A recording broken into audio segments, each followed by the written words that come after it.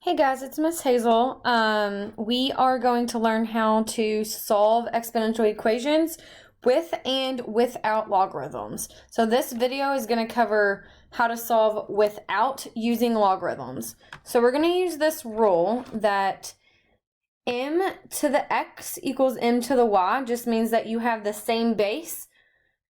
If that is true, you can actually set those exponents equal to each other. So to make an example, like just pretty simple with this, so you have a base of 3 and you have an exponent of 2. The only way to make that true is to have 3 squared, okay? You could also write that as 9, but I'm specifically showing you that you have the same base and those exponents are equal to each other because 2 equals 2.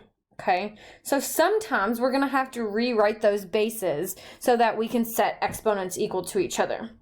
So you might want to write this down right here. If two bases are the same, then we can set the exponents equal to each other, and then we just need to use algebra to solve. Okay, so if you need to pause the video and write that down, go ahead. So example 1, we're not actually going to have to rewrite any of the bases, because you can see we have a base of 2 here on the left and right hand side, so we already have the same base, and the same thing here, you have a base of 4 on both sides. So the first thing when you're solving exponentials is to ask yourself, do you have the same base? Or can you rewrite it in the same base? In this case, yes, we do. So we just need to set those two exponents equal to each other, and you get x equals 8. And that's it. Because there's no algebra steps to be able to solve that, so you're done. The second one, we have a base of 4, so we don't need to rewrite it. We just need to now set those exponents equal to each other. So I've got x plus 2 equals negative x plus 5. Make a little bit more space. And then we just need to use our algebraic steps to solve. So I'm going to add x to both sides. Cancels here, so I'm left with 2x plus 2 equals 5. Subtract 2 from both sides. You're left with 3 on the right hand side, and then divide by 2. So you get x equals 3/2. It's totally okay, don't freak out because you get a fraction. Okay, so that means if I go and I plug in 3/2 to my x here and to my exponent here, where the x is, remember, exponential functions have a variable in the exponent, okay? So if I plug those in, it would make it a true statement, and that is the solution to that equation. Okay, example 2, you're going to have to rewrite one of the sides, okay? So like I said in example 1, first ask yourself, do you have the same bases? And if you don't, can you make both of them have the same base, okay? So you got 2 to the x equals 8. Okay, you want to see if you can rewrite the bigger base. Oops, sorry guys. The bigger base, okay, using the smaller base. So the bigger base is 8. Can we rewrite 8 with the base of 2? Okay, you can, because 2 to the 3rd power is 8. So on the right hand side, I'm rewriting 8 as 2 cubed. On the left, we want to keep that 2 to the x because we know that now they have the same bases. So now you're back to example 1 where you have the same base and you set those exponents equal to each other. That one's done. The next one, can you rewrite, we don't have, the 3 and the 9 are not the same, so can I rewrite 3 and 9 to have the same base? 9 can be rewritten as 3 squared. So on the right hand side, we rewrote 9 as 3 squared. On the left, we already have a base of 3, so you're going to have 3 to the x plus 2. Now that you have the same base of 3 on both sides, set those exponents equal to each other, and then solve the equation. It actually cancels on both sides, so the solution is 0. Okay, so this one would be an easy one to plug in. This one you might have been able to actually logically know that, okay, what plus 2, okay, gives you 2, because right here you rewrote it as a 2. So that one might have made more sense. If I go plug in 0, I would have 3 to the 0 plus 9 equals 9. is that true? I'm sorry, guys, that should be a 2. My bad. 0 plus 2 is 2, and we know that 3 squared equals 9. So that's just a check to kind of check your work. All right, the next 2 examples for this video are going to use some of those properties of exponents since we're in exponentials. So let's go ahead and review that. This one right here says if you have an exponent raised to another exponent, you multiply them. Okay, so for example, if I have 2 to the 3rd raised to the x plus 2, I'm going to multiply 3 times x plus 2, and that will be my new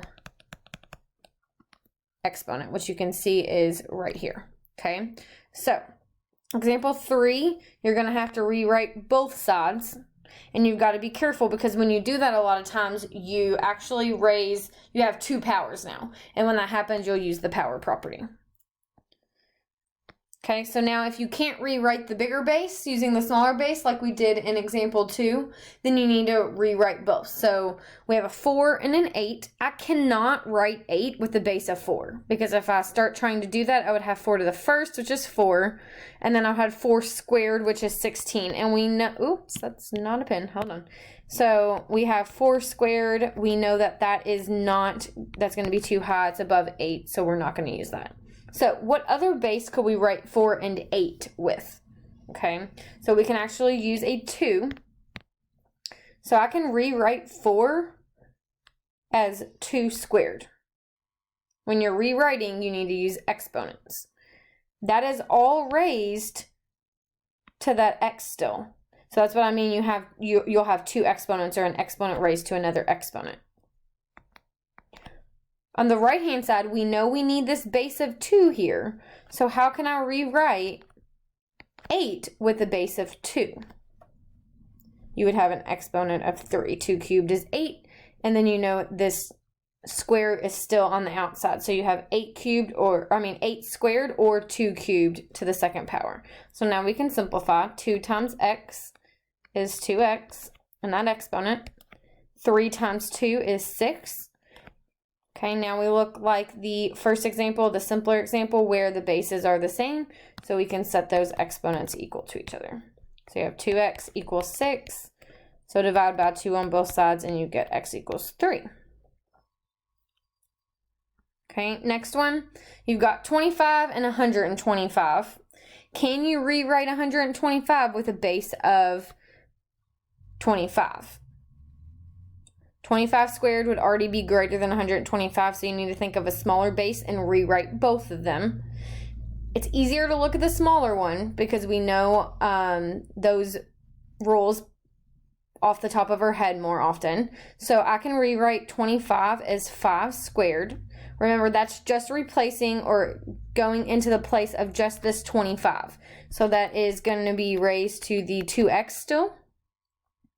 And then on the right-hand side, how can we rewrite 125? Well, we can rewrite that as 5 to the 3rd power. And that might take you some time, guys. So just make sure you're being careful. You can use your calculators to help you and make sure you know how to rewrite those larger numbers with the right exponents. That's still raised to the x plus 3. So we've got to do a little bit of math before we can actually set the exponents equal. So what is 2 times 2x? Should have said 4x. And then on the right hand side, you just have to be super careful. You actually need to distribute, if you need to write it out, you actually need to distribute that 3 all the way through.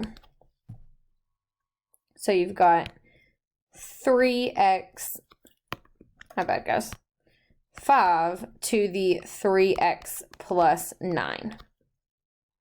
Now you have the same base of 5, so set those exponents equal and do the algebra. Do your PEMDAS backwards. Okay, so I can subtract 3x. You're left with 1x equals 9. There are no other steps, so x equals 9 on that one. Again, if I go plug in 9 up here to that original equation, I should get the left hand actually equal to the right hand side. So you can take time to do that if you would like.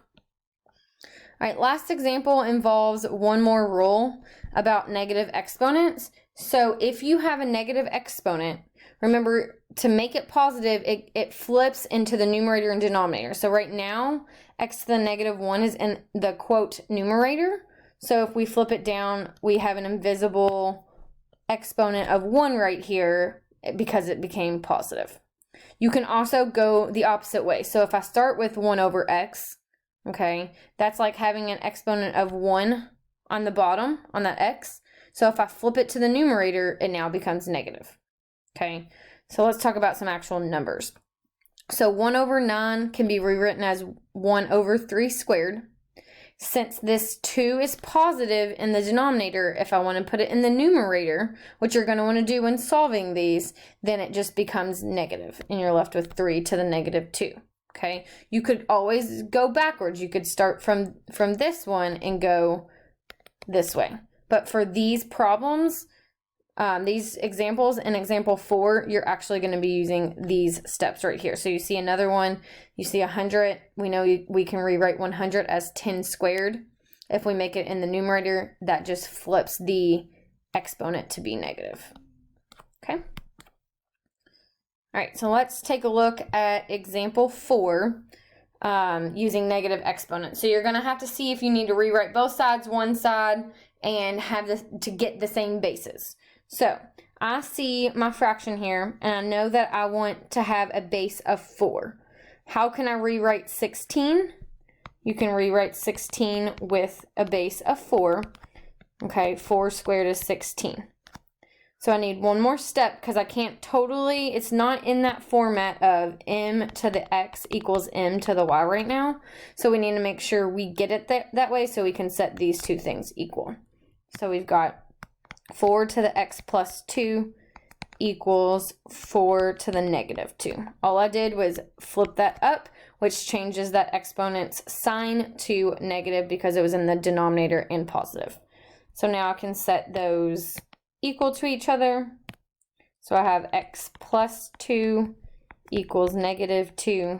Subtract 2 from both sides, and you get x equals negative 4. If y'all can hear my puppy barking, I apologize.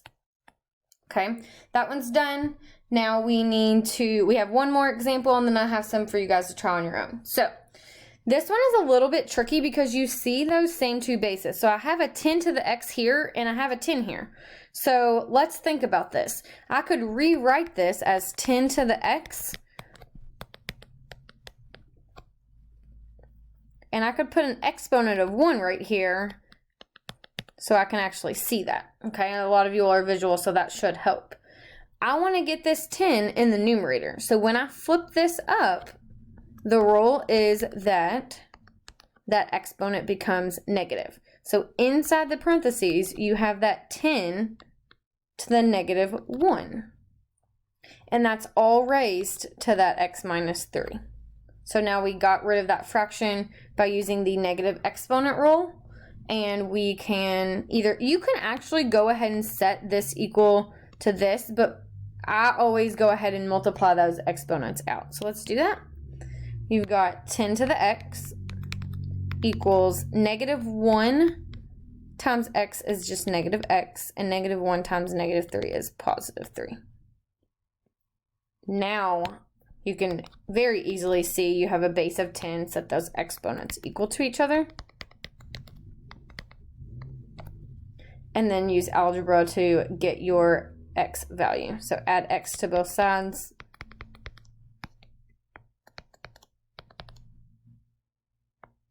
Cancels here, and then divide by 2. So x is equal to 3/2. All right, guys, so that's it for this video. You're going to have another video when we need to use logarithms to actually solve. So go ahead and pause the video and write these problems down. You've got 5 total, so here are the first 3. Okay, here are the next 2. If you want to pause again, write those down. Highly encourage you to try them on your own so you can try to figure out where you made mistakes before you go do your assignment for your grade. Okay, and now I'll show you the answers. So here are the first three answers